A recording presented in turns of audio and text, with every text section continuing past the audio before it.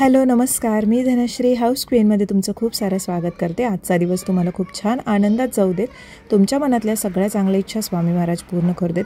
आज होता आरोच्या शाळेचं गॅदरिंग, तर आम्ही मुलुंडला जात होतो। आरोला छान तयार केलं, त्याचा कोळी डान्स होता। नशीब ताई आज लवकर आल्या होत्या, त्यामुळे माझी कामं जी आहे ती वेळेत आवरली होती। आज पूजाही आहे, उपवासही आहे, त्याच्यामुळे जवळजवळ आम्हाला सगळं खूप वेळेत आवरावं लागणार होतं। मेन आहे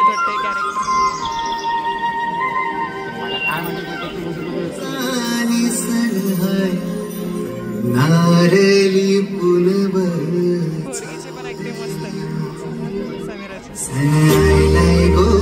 आयलाय गो नारली पुनबचा मनी आनंद मावना ऐकली सोरील्या सोरीला मुंबईच्या किनारी अगो मारून कोली हल्ल्या बोली गचल गावाचा जिला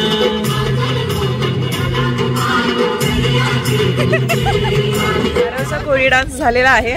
कॉस्ट्यूम आम्ही देऊन आता बाहेर मला काय वाटलेलं काय चाललेलं, मुलांसाठी चेंजिंग रूम असेल, मुलांसाठी चेंजिंग रूम नाही, स्त्रींसाठी फक्त स्त्रींसाठी नव्हे, मुलांसाठी। तरी पण तो गंध तसाच आहे जसा होता तसा। आता निघालोय आम्ही घरी जाण्यासाठी। अजून पूजेची तयारी थोडी झाली, फुलं तेवढी घ्यायची आहेत मला, तर ती थोड्या वेळानं दुपारीच आणायला होतं। आता वाजलेत 12:30 पावणे 1च्या दरम्यान। आणि व्हिडिओ अजून मी थोडासा एडिट केला होता, गडबडीमध्ये मला पूर्ण एडिट करता आला नाही, त्याच्यामुळे आता घरी जाऊन परत थोडंसं अपलोडिंग आहे ते करायचं आहे। सकाळी 2 केळी खाल्लं आणि आता दूध काहीतरी घेते। उपवास आता संध्याकाळी सोडायचा आहे आपल्याला पूजा करून। मांडून यायचा विचार होता माझा, पण सकाळी खूप गडबड झाली असती, म्हणून मग आता म्हटलं की संध्याकाळी निवांत करूयात। दीदीला काय विचारलीस त्या? दीदीला काय नाही, ते सगळे तुझे कॉस्ट्यूम दिले ना, ते आहेत का व्यवस्थित विचारलं, बाकी काय नाही म्हटलं। फ्लॅट भारी आहे इकडे, कसले भारी आहेत, मस्त आहेत, 1 नंबर आहेत फ्लॅट मुलुंडला। चलो आता घरी जाऊन बोलूयात आपण डायरेक्टली, कारण आता थोडंसं उपवास असल्यामुळे ज्या वेळेला जरी नाही खाल्लं आणि ज्या दिवशी उपवास नसेल, कारण काहीच खाल्लं नाही तर एवढं काय वाटत नाही, पण ज्या दिवशी उपवास असेल त्यावेळी लय काय काय वाटतंय।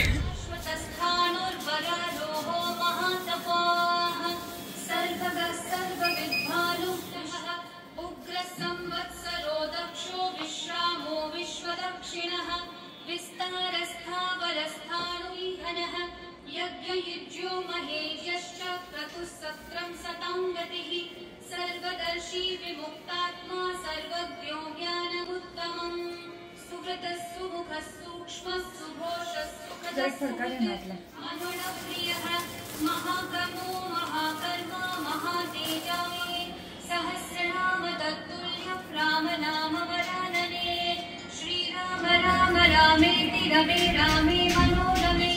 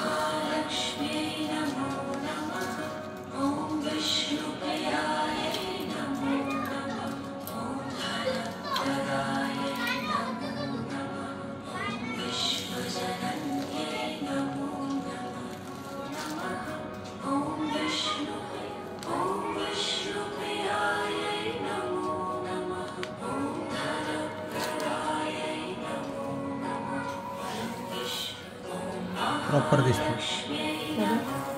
काय राहिले कमी.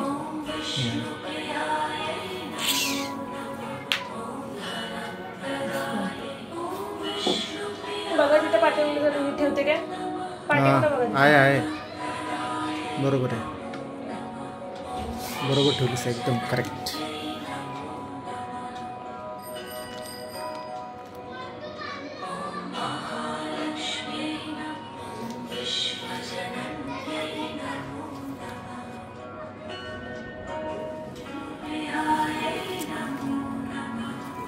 मूर्ख असेल ना.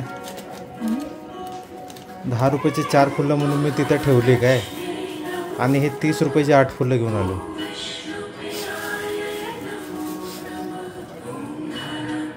कसला भारी आहे की नाही. अक्कलमंद आदमी.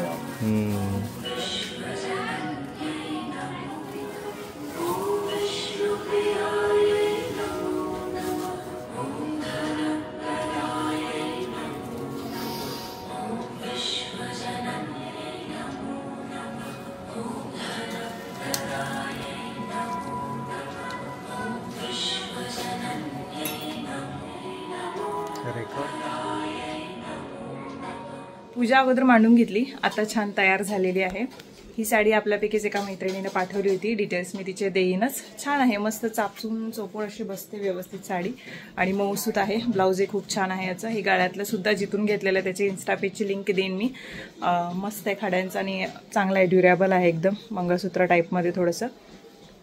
तर मग आता देवाजवळ म्हणजे हे आता पोथी वाचायची आहे आणि त्याच्यानंतर मग नैवेद्य दाखवून मग उपवास सोडेन. चला या इकडं.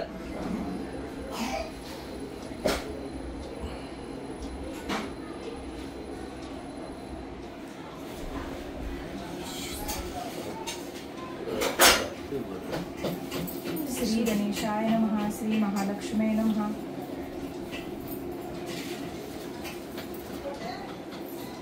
श्री महालक्ष्मी व्रताची कथा. गुरुवारची कहाणी. श्री गणेशाय नमः. श्री महालक्ष्मी देव्यो नमो नमः. ऐका ऐका हो भाविक भक्तजन हो, ऐका ही श्री महालक्ष्मी व्रताची कथा. कथेत वर्णविला आहे श्रींचा महिमा अनंत. मनोभावे क्षीरसागरातील सिंधुकन्या, ब्रह्मलोकात सावित्री, गोलोकाची राधिका, वृंदावनात रासेश्वरी, चंदनवनात चंद्रा, चंपकवनाची विरजा, पद्मवनी पद्मा, मालतीवनात मालती, कुंदवनातील कुंददंती, केतकी वनात सुशीला, कदंबवनाची कदंबमाला, राजगृहाची राजलक्ष्मी आणि घरोघरी गृहलक्ष्मी अशा अनेकविध नावांनी व रूपांनी भूतली महालक्ष्मी प्रसिद्ध आहे. अशा या श्री महालक्ष्मी मातेची ही कहाणी फार वर्षापूर्वीची आहे. ही गोष्ट द्वापार युगातील भरत क्षेत्रात सौराष्ट्र देशात घडलेली. महावीर महापराक्रमी राजा भद्रश्रवा होता. अधिपती कुंतलपुरी नगरीचा. 4 वेद 6 शास्त्रे 18 पुराणामध्ये निपुण असा राजा भद्रश्रवा नीतिमान आणि न्यायी होता. त्याची राणी होती अत्यंत देखील. तिचा अपमान झाला परंतु त्या आईवर न रागावता तिथून परत व निघताना तिथले थोडे मीठ बरोबर घेतले. आपल्या राज्यात परतल्यावर मालाधराने जेव्हा तिला विचारले की तुझ्या माहेरहून काय आणले, तेव्हा ती उत्तरली राज्याचे सारे. या उत्तरावर मालाधर गडबडला. तेव्हा शांबलीने त्याला धीर धरायला सांगितले. मग आचार्यास बोलून त्या दिवशी सारा स्वयंपाक अळणी करायला लावला. मालाधारास ताट वाढून भोजनास बसवले. मालाधाराने घास तोंडी घेऊन घेताच त्याला जेव अळणी लागली. मग तिने ताटात थोडे मीठ वाढले. महालक्ष्मी देवी नमः. ओम शांती शांती शांती. श्री महालक्ष्मी देवाचा नमस्ते.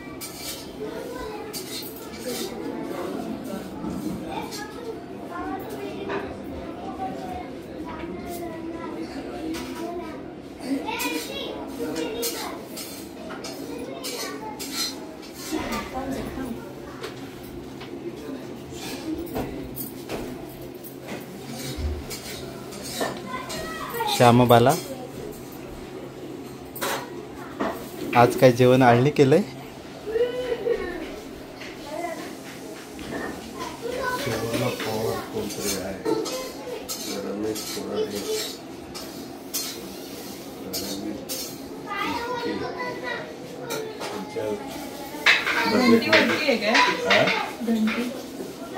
ठीक आहे ना.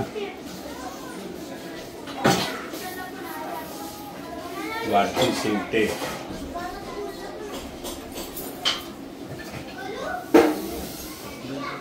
आडव.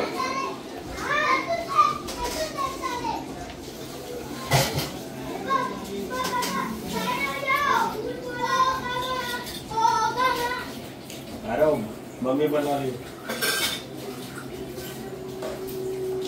यूट्यूबच्या चॅनलला यूट्यूबच्या बटनला हे करायचं आहे. इथं बाजूला उघडा होते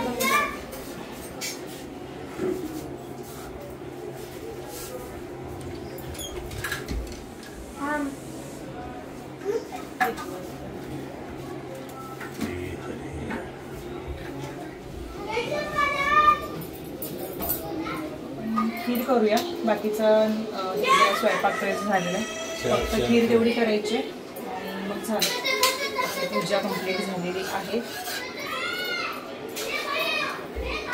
तांदूळ वर घे जरा हे बासमती तांदूळ आहेत ना, हे ते थोडे ठेवलेलेच आहेत. म्हणजे जेव्हा जेव्हा मला खीर करायची वाटेल तेव्हा तेव्हा ते गरम करून, म्हणजे कधी कधी धुवून गरम करते किंवा कधी डायरेक्टलीच गरम करते.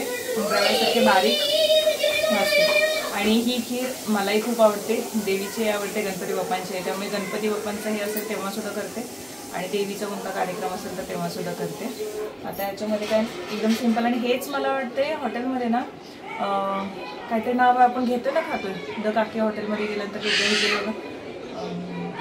काहीतरी नाव आहे त्याला, मला आता लक्षात येत नाही आहे. सेम टू सेम याचे आणि पिठी आपण करतो तशा टाईप. रबडी नाही, काहीतरी नाव आहे त्याला, काहीतरी वेगळं नाव आहे, नंतर आठवतं सांगेन. आता याच्यामध्ये काही डिरेक्टली दुधामध्ये साखर केशर टाकलेला आहे आणि हे एवढंच तांदूळ हे जे आहे हे टाकणार आहे.